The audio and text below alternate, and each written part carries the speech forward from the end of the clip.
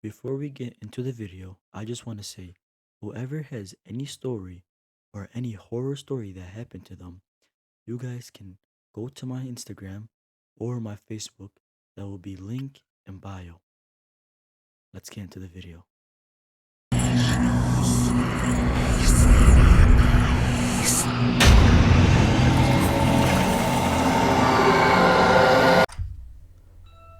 The Lalaurie mansion was home to Delphine Lalaurie. Her story is one of the most popular ghost stories on ghost tours in New Orleans. For almost 200 years, there have been reports of paranormal activity coming from this house. It should have surprised many that many hauntings are attributed to the slaves that Madame Lalaurie kept on the property. There is a room in the Lalaurie mansion where slaves were often kept. Reports of moaning were heard coming from the room. Phantom footsteps echo through the house. Many people who have stood near the house have reported feeling as if they were being taken by some just negative energy. Despite all of the ghost stories and paranormal happening at the Lalaurie house, it would be folly to assume that all of them can be traced back to Madame Lalaurie and her mistreatment of slaves. In 1894, a tenant who lived at the Lalaurie mansion was brutally murdered in his room. They found his belongings rainscaped as if someone had gone through them. The police assumed that he was a victim of a robbery, even though nothing of value was found missing. An interesting account regarding this police deals with the interviewing neighbors about his disappearance. One of his friends claimed that he was having problems with spirits in his house. His friend wrote it off as his imagination running wild with him. But he did say something interesting.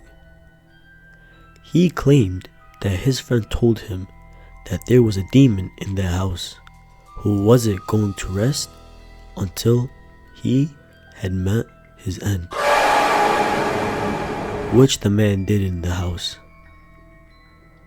Is it possible that at least some of the ghostly phenomenons can be a result of this brutal murder? It certainly is possible. However, nobody will know for sure until a real paranormal investigation team can investigate this location. Only then, by communicating with the dead who still reside here, can we hope to get to the bottom of the truth of the ghosts at the Lalaurie mansion. During the schoolgirls' years, the Lalaurie mansion was for a brief time also a school for all girls.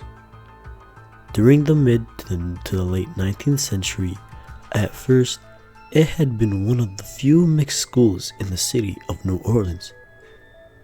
But politics during the Reconstruction era were convolved, and surely enough, soon after the school at 1140 Royal Street was converted into a strictly an all-girls African American primary school. Within a short amount of time, reports of physical assaults came to light. We know that young girls would approach their teachers, tears streaking down their faces, with their sleeves rolled up. The exposed flesh of their forearms were scratched and bruised. "Who did this to you?" the teachers would demand. the answer was always one and the same. That woman. But these girls were young enough to be probably not aware of Madame Delphine and the devastating tragedy some decades earlier. Moreover, it was unlikely that the teachers themselves would tell 6, 7, or 8-year-olds about the starvation and immortal torture of slaves some decades before. One must wonder if the young girls were playing prank on each other, or if their claims that some phantom woman had scarred them was true. No memoirs exist from this period, just a scattering of accounts here. Was the spirit of Madame Delphine Lalaurie responsible for the scratches? Or was it something else entirely instead? Although not everyone believes in physics or mediums, there was one particular instance made known to the Ghost City Tours team, in which someone on one of our ghost tours happened to be a medium. Throughout the entire night, she had sensed things about various locations. Before the tour guide even told the story, within the first sight of the lalaurie mansion, the medium sucked in a deep breath. Such sadness, she whispered as she rocked back on her heels. Pulling out her phone, she proceeded to snap a picture of the mansion. The bricked up window. She went on, "That's not where the little girl fell off of." The tour guide paused, simply because she hadn't gotten to the part of the story about the little girl at all. Nevertheless, she recovered quickly and said, "No, you're right. The story goes that Leah fell into the courtyard. As for the bricked up window, I suspect that someone did some interior decorating. They just wanted to maintain the symmetry on the outside of the home." In the next few minutes, the medium experienced such a heavy emotion, like the weight had settled down upon her shoulders. She sensed the spirit of a young boy who liked to play pranks on the living. She also sensed the spirit of a little girl who was often nervous. Did she feel any of the helplessness or anger? The tour guide asked. "No," was the response. "Whatever happened then with Lalaurie does not visit the house any longer." Is this true? Have the spirits of the slaves who were once nearly starved to death in the house moved on? And if that's the case, who is responsible for all of the reported hauntings at 1140 Royal Street? One of our guides was lucky enough to experience something at the haunted house on Royal Street. On one occurrence, our guide was giving a ghost tour. They were at the Lalaurie mansion, standing just directly across from the front door. To their right, another group was discussing the tragedies of the Laurians some 50 feet away. But there, under the quiet moonlight, the story of 1834 was slowly unveiled. All of a sudden, our guide felt a tug on her messenger's bag. Draped over her shoulders, she stopped amid her story and twisted to look over her shoulder. convinced that she might find a pickpocket or someone intent on stealing her things. Right in the middle of the tour, she exclaimed as she regaled us with the story. No one was there, however, so she turned back around and got back into character. No less than 10 seconds later, she felt the tug again, harder this time, a sharp yank. Once again, she whipped around, but no one was there. This time, she told her tour what had happened in their faces. She said they were priceless. No doubt hers was too. 2 weeks later, at the corner of the Governor Nicholas and Royal Street, our guide was out on the streets again, bringing another tour around. The lalaurie mansion, of course, was the main hit. She had positioned her group under a set of street lamps. Burnt out for weeks, she launched into the story. But the minute she said the name Leah, the lamps flickered on. Everyone in the group paused, a few yelping in delight. The guide went on with the show. Once she said the name Leah again, those same lamps blew out. The light was gone. Was the ghost of Leah still there? Still waiting to be mentioned? Was the playing with the lights just a method in exposing her presence to the living? Why is it that people can be spotted standing around snapping photos of the building on any given night? To say nothing of the number of ghost tours that crowd the cracked sidewalks, huddled around a guide who speaks of medical experiments and torture. It might have something to do with the volume of ghost stories and accounts of the lalaurie mansion hauntings. It might have something to do with the tragic events that caused the hauntings in the first place. Before we get into the ghosts and the haunting widely reported at the lalaurie mansion, we should first start telling you who Madame Laurie was. The woman who became infamous as the cruel mistress of the haunted house was born Mary Delphine McCarthy.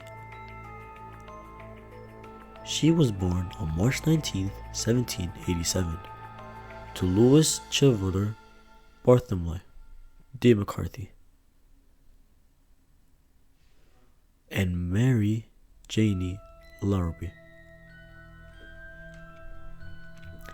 Delphine was a member of the large, wealthy, and politically powerful McCarthy clan. Her family included the military officers, planters, and merchants, and had arrived relatively early during the French colonization period. Many of her relatives owned and managed extensive real estate and slaves. As her surname indicates, her family originated in Ireland. Legend has it that the family fled Ireland to France to escape the political and religious tyranny imposed by England's monarchs.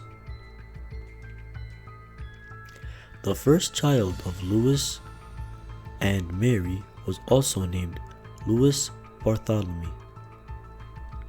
Born in 1783, Mary followed, but intentionally. Her record was not entered into the sacramental register until December 26, 1793, almost 5 years after birth. Generally, the Catholic Church only did this when the infant in question was close to death. On June 11, 1800, Delphine McCarthy married Don Ramon de Lopez y Angulo, a caballero de la Royal de Carlos,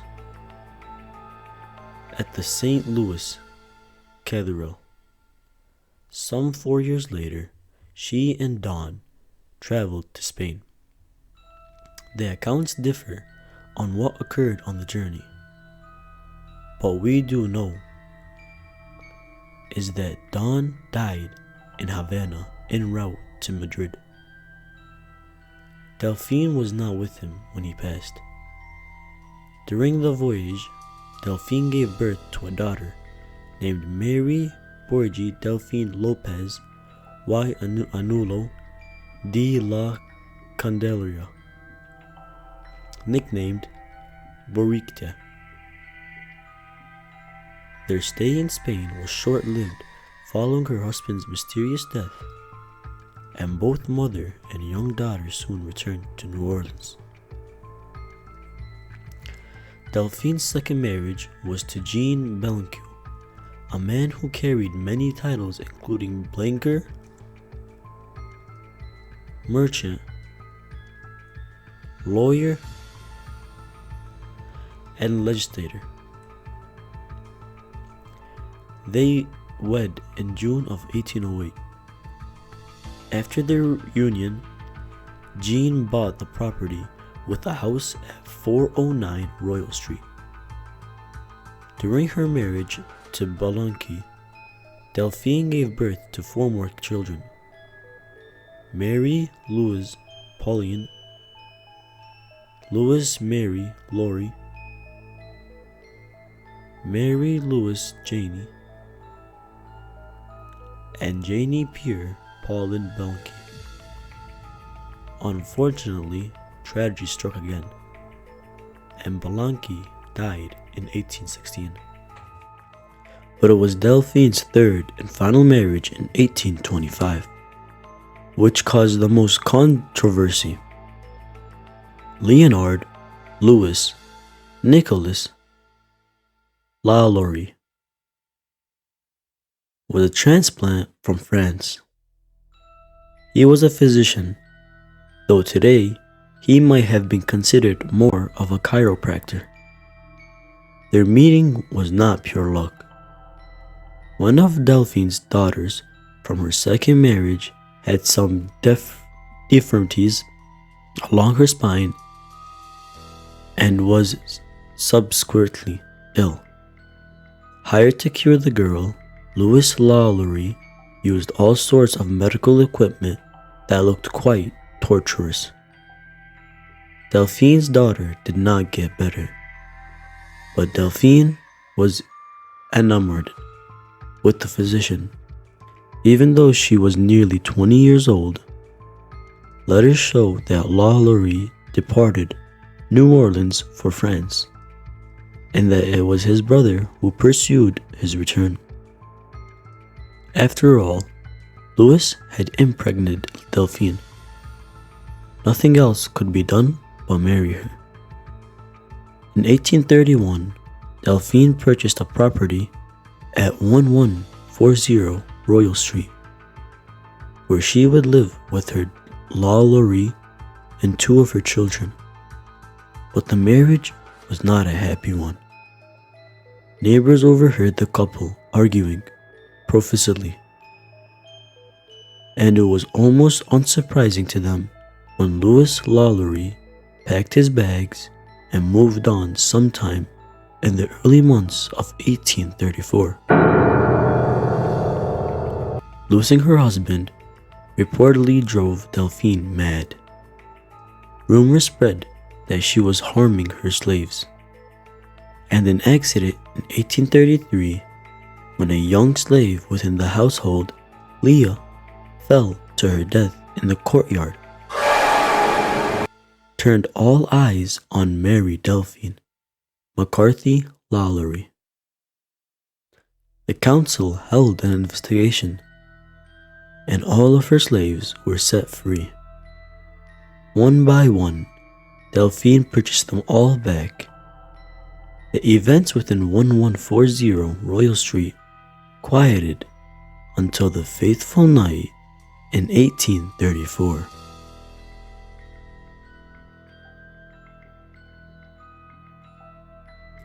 On the morning of April 10, 1834, a fire broke out at the luxurious house owned by Delphine Lalaurie. The fire destroyed part of the house and brought to light 7 slaves who were starved, tortured, and chained in the upper part of the building. The nearly helpless were carried to the Capullo, where they received medical treatment, food, and drinks. Nearly 2,000 townspeople came to view the victims.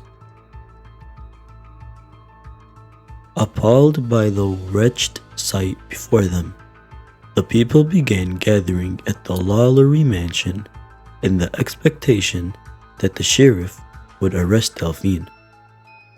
However, the sheriff never arrived. As the day went on, it became apparent that any action would not happen. The crowd slowly transformed into a mob with only one thought: vengeance.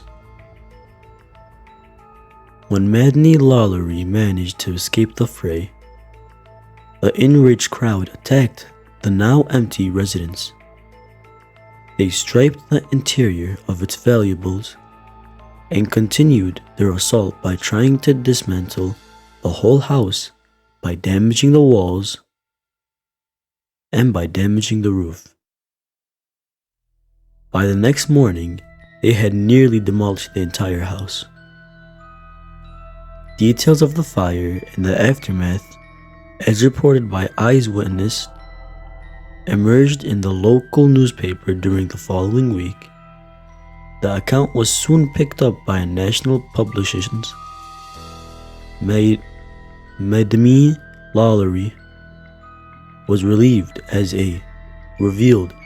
a monster and a demon in the shape of a woman, and fury itself escaped from hell. The fire was ignited in the kitchen of the ground mansion. Allegedly, the fire started on purpose by a slave woman chained to a stove as punishment.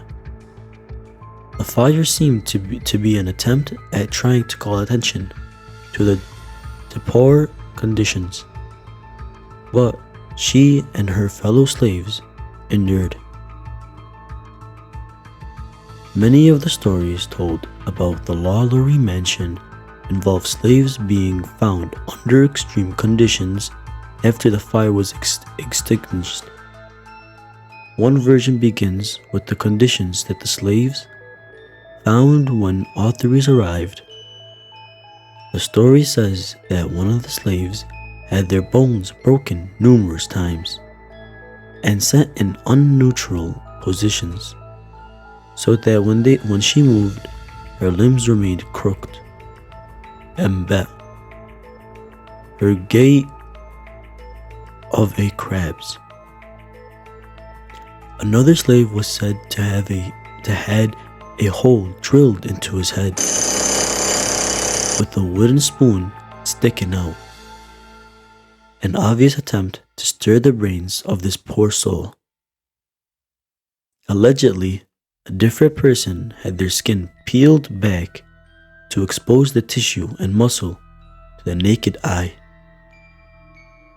The story also claims that another slave had his intestines removed from his body and wrapped around his naked waist.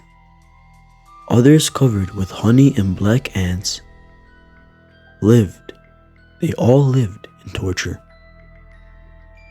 As the legend goes, the lucky ones were found dead, their torture finally at an end. Many of these stories and exorcisms can be traced back to the books written by commentaries well after the fire broke out. The more gruesome stories are renditions told in Jane's Delavingne, The Haunted House of the Rue Royale in 1946.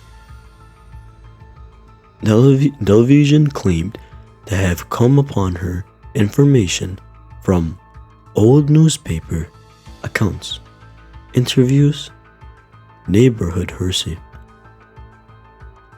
Delavingne also declared that when the house was sold, workers went about rebuilding the house.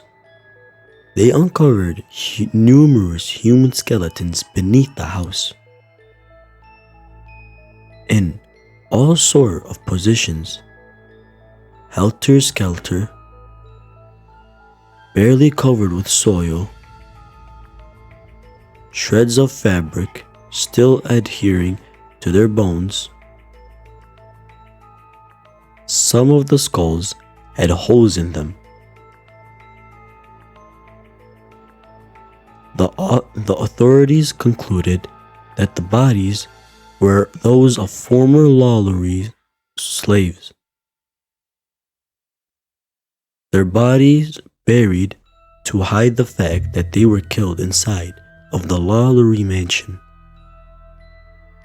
Are these bodies the former vessels for the ghosts which haunted the lalaurie mansion today? Or are those gruesome tales simply a product of the 20th century? In truth, they extend back to the same year as the devastating fire. While other newspapers in the area said that slaves were kept in poor conditions, the New Orleans Bee newspaper took it many steps further by saying that the slaves were tortured. Some of them appeared to be part of the medical experiments. There are a few things to consider about the Bee coverage of the lalaurie mansion and its events. First, they were the only newspaper to include stories about tortured slaves being mutilated. Second, their reputation in the 1830s could be likened to the reputation of the National Enquirer today, where Bigfoot and aliens are the main spread. Historians argue that the Bee's article about the fire, the slaves, and the lalaurie was based on the information they absorbed and obtained by hearsay. Their informant was Monsieur Montreal, the spurned neighbor of Madame Lalaurie. Montreal lived next door to the Lalauries at the time the fire broke out, and years before that as well. Montreal suffered an unfortunate bout of unrequited love for Delphine Lalaurie. It was documented by reporters interviewing people after the fire that Montreal had made advance towards Delphine for years. Montreal comforted himself, no doubt, by speaking of Delphine in a derogatory manner. In the Sunday Magazine section of the New Orleans Times, on February 4th, 1934, much of this information was brought to the light by Megs Frost.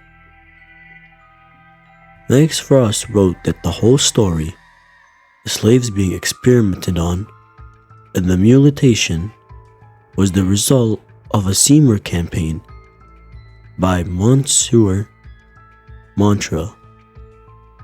Frost wrote, her delusion of her slaves was well told by friends.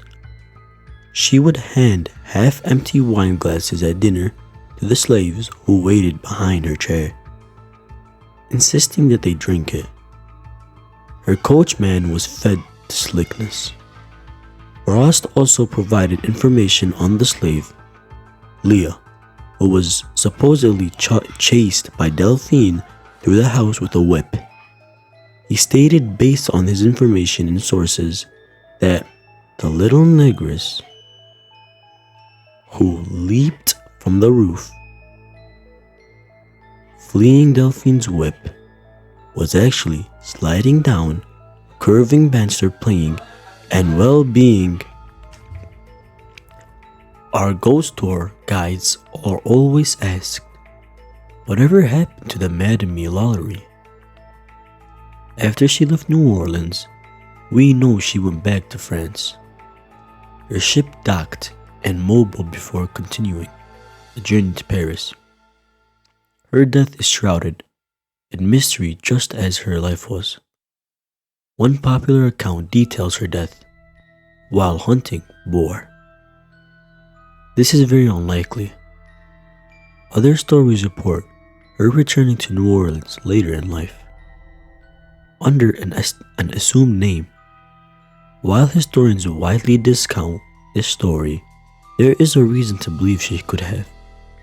According to some, the Blanquet tomb in St. Louis Cemetery No. 1 holds her body.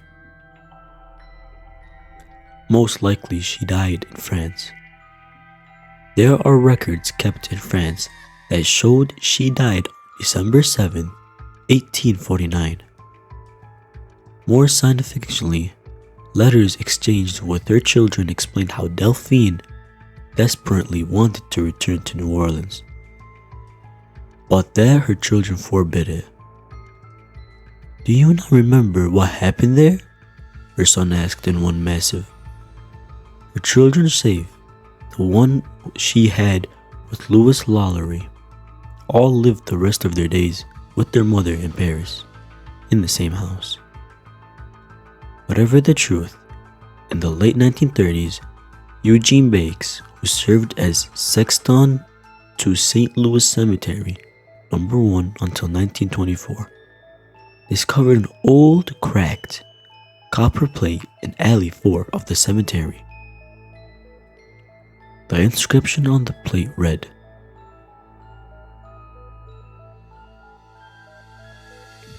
"Despite the nearly 2 centuries which have passed since the fire in 1834, the events of that year are still told today as though they occurred only just yesterday. Facts are spun into tales of brutality and torture until the truth is a muddled pool that can never be stored.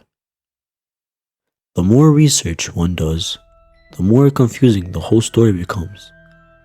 The house becomes an entity all unto itself." When actor Nicolas Cage purchased the building in 2009, he lost it soon after because of bankruptcy. His career tanked not long after that, and New Orleanians whispered that it must be the curse of the Lalaurie mansion, which caused the downward spiral.